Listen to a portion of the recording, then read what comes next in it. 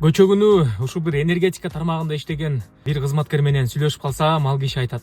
Жеке үйлөрдө, новостройка, жыл массивтерде баардык көмүр жакканды токтотуп туруш керек. Аларга штраф салыш керек, анткени андай кылбаса экологияга зыян келет. Баардыгы газга өтүш керек дейт. Мындай карасаң, бир жагынан туура эле, балким экология жагынан ошондой болушу мүмкүн. Бирок чындык жагынан, туура жагынан караганда, мындай ойлонуп көрсөңүздөр, газ эмне менен иштейт? Ал өзүнөн өзү эле жагыла бербейт көмүрдөй. От менен мисал кылып койсоңчу, ага баары бир электр энергия керек. Свет өчкөндө газ өчөт. Ошол мурунку печкалардын баарын алып салсак, көмүрдүн баарын азыр тыюу салсак, газга калтырсак, свет өчүп атат мына күн сайын. Свет өчкөндө эмне болот? Газ дагы иштебейт. Анан биз ошондой эмне суукта отурушубуз керекпи деген суроо болуп атат да, ушул кээ бирөөлөргө мен таң калам.